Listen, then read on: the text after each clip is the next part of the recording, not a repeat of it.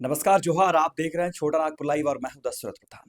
इस वक्त मैं अपने घर से लाइव हूं और जैसे मौसम बदल रही है, कड़ाके की ठंड पड़ रही है, तो अमूमन जो है सभी की तबीयत खराब हो रही है। तो इस बीच मेरा भी तबीयत खराब हुआ। ये जो घाटशिला उपचुनाव को लेकर चर्चा थी, ये चर्चा मैं कल ही करना चाहता था, लेकिन गला बैठे हुए होने के कारण और तबीयत सही नहीं रहने के कारण जो है ये देरी हुई। अब जो है चंद घंटे बचे हैं, जब रिजल्ट साफ हो जाएगा। घाटशिला उपचुनाव के बीच उठापटक रही, जेएमएम और भाजपा और जेएलकेम के बीच में। ये कल साफ हो जाएगा कि आखिर कौन है घाटशिला का नया धुरंधर। इस बीच लगातार फ़ोन कॉल्स हमें आ रही थी। ये जानने के लिए सभी उत्सुक हैं। जिस तरह एक विद्यार्थी उत्सुक होता है रिजल्ट्स के पूर्व और बार-बार अपना प्रश्न पत्र खंगालता है और अपने आंसर्स की को ढूँढता है और जानने का प्रयास करता है कि कल रिजल्ट में क्या होने वाला है। अमूमन ऐसे ही हालात हैं कार्यकर्ता के, चाहे वो भाजपा के, चाहे वो जेएलकेम के, चाहे वो जेएमएम की बात करें। कार्यकर्ता कहे या प्रत्याशी कहे, सभी जो है, सभी की धड़कनें तेज है और सभी जो है रिजल्ट जानना चाहते हैं। और इस बीच जो है सोशल मीडिया में कई तरह के एग्ज़िट पोल भी सामने आ रही हैं। एग्ज़िट पोल भी सामने आ रही है और जो है धड़कनें तेज़ और हो रही हैं।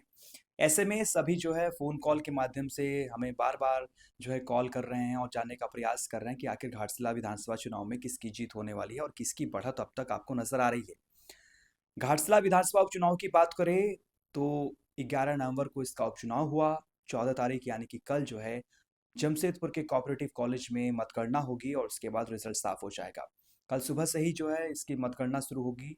8 बजे से मतगणना शुरू होगी, 9 बजे रुझान आना शुरू हो जाएगा और अमूमन 1 बजे तक या 12-1 बजे तक जो है मतगणना समाप्त होने की संभावनाएं हैं। इस बीच आपको बता दें कि घाटशिला उपचुनाव जो है ये बड़ा दिलचस्प रहा और घाटशिला उपचुनाव दिलचस्प इसलिए हो गया क्योंकि भाजपा की ओर से जो प्रत्याशी हैं बाबूलाल सोरेन जी, उनके वो जो है जिनके पुत्र हैं, वो पूर्व मुख्यमंत्री चंपई सोरेन जी हैं। वो चंपई सोरेन जी जो 2024 विधानसभा चुनाव के पूर्व भाजपा में शामिल हो गए थे। कद्दावर झारखंड मुक्ति मोर्चा के नेता और अनुभवी सरायकेला विधानसभा से 7 बार के विधायक और जो है उन्होंने कहीं न कहीं आंदोलन से झारखंड आंदोलन से उनका नाता रहा, नेतृत्व रहा और वो जो है हमेशा से ही झारखंड मुक्ति मोर्चा के संरक्षक के रूप में जो है काम करते रहे। लेकिन इस बीच कुछ घटनाएँ ऐसे हुई जिस वजह से वो पार्टी छोड़कर भाजपा में शामिल हो गए। उनका पुत्र को टिकट देने के बाद ये घाटशिला उपचुनाव बहुत ही दिलचस्प हो गया, जहाँ झारखंड मुक्ति मोर्चा ने भी इस घाटशिला उपचुनाव में अपना प्रदर्शन को साख के रूप में देखना शुरू किया।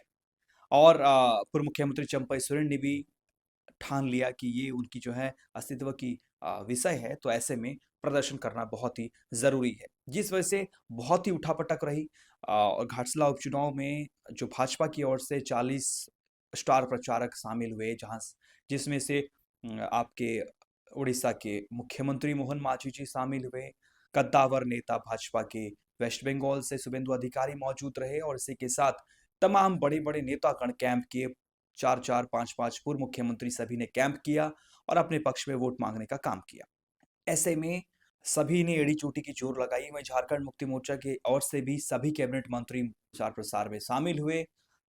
मुख्यमंत्री हेमंत सोरेन 3 बार पहुँचे, कल्पना सोरेन जी पहुँची, सभाएँ हुई, रोड शो हुई, तो सभी ने, दोनों दलों ने जो है अपना पूरा तरह से दमखम लगा दिया है इस चुनाव में। झारखंड लोकतांत्रिक क्रांतिकारी मोर्चा की हम बात इसलिए करना लाज़मी है क्योंकि झारखंड लोकतांत्रिक क्रांतिकारी मोर्चा 2024 विधानसभा चुनाव के पूर्व जो है कहीं न कहीं दरकिनार कर दी गई थी, आकलन में उसका नाम नहीं था। लेकिन जिस तरह चुनाव में प्रदर्शन रहा, उसके बाद ये साफ हो गया कि झारखंड में झारखंड लोकतांत्रिक क्रांतिकारी मोर्चा का भी स्थान है और ये एक बहुत बड़ा फैक्टर बनने वाली है कि सरकार किसकी बनने वाली है। और हुआ भी वही। 2024 में जिस तरह के आंकड़े आप देखते हैं, झारखंड लोकतांत्रिक क्रांतिकारी मोर्चा ने लगभग 12 लाख वोटें लाई और हर विधानसभा में अच्छा खासा वोट पड़ा है। और बताया जाता है कि भाजपा की जो हार की वजह रही, वो झारखंड लोकतांत्रिक क्रांतिकारी मोर्चा ही रही क्योंकि झारखंड लोकतांत्रिक क्रांतिकारी मोर्चा के जो वोटर्स रहे, वो परंपरागत तौर पर भाजपा वोटर्स रहे हैं, आजसू वोटर्स रहे हैं। अब भाजपा और आजसू अलायंस में हैं। तो ऐसे में झारखंड लोकतांत्रिक क्रांतिकारी मोर्चा की बात करें तो टाइगर जयराम महतो भी खुद मौजूद रहे। 3-4 दिन उन्होंने सभाएँ की।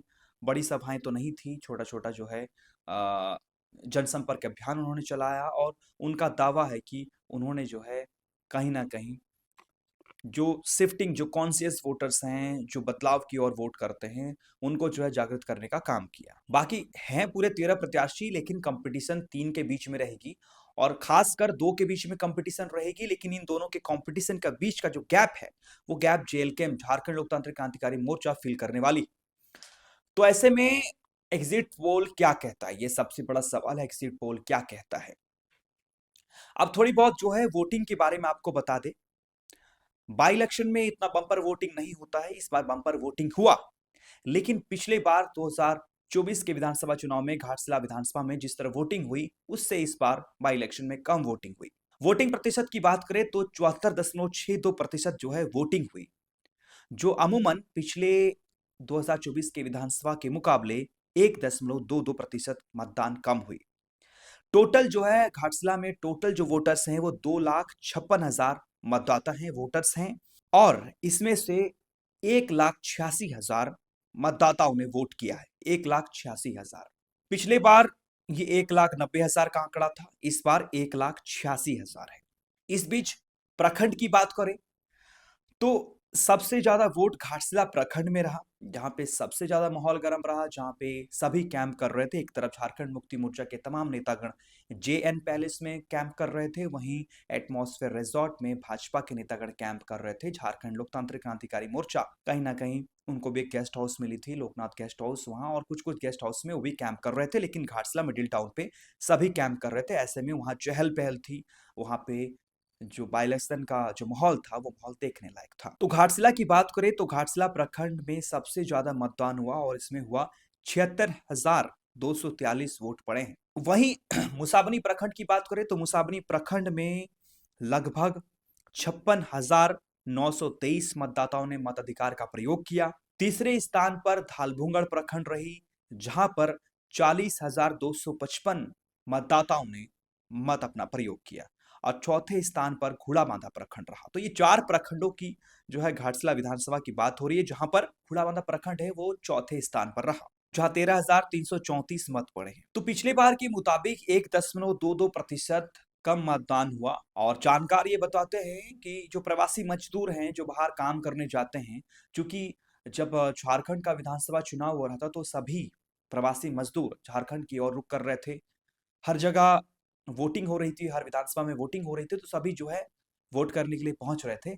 और चूंकि ये बाई इलेक्शन है तो बाई इलेक्शन में बहुत सारे प्रवासी मजदूर वापस नहीं लौटे और वोटिंग भी नहीं किए। तो ऐसे में यह आंकड़ा बताया जा रहा है कि लगभग 5 से 6 हजार के बीच जो है प्रवासी मजदूरों ने वोटिंग नहीं की।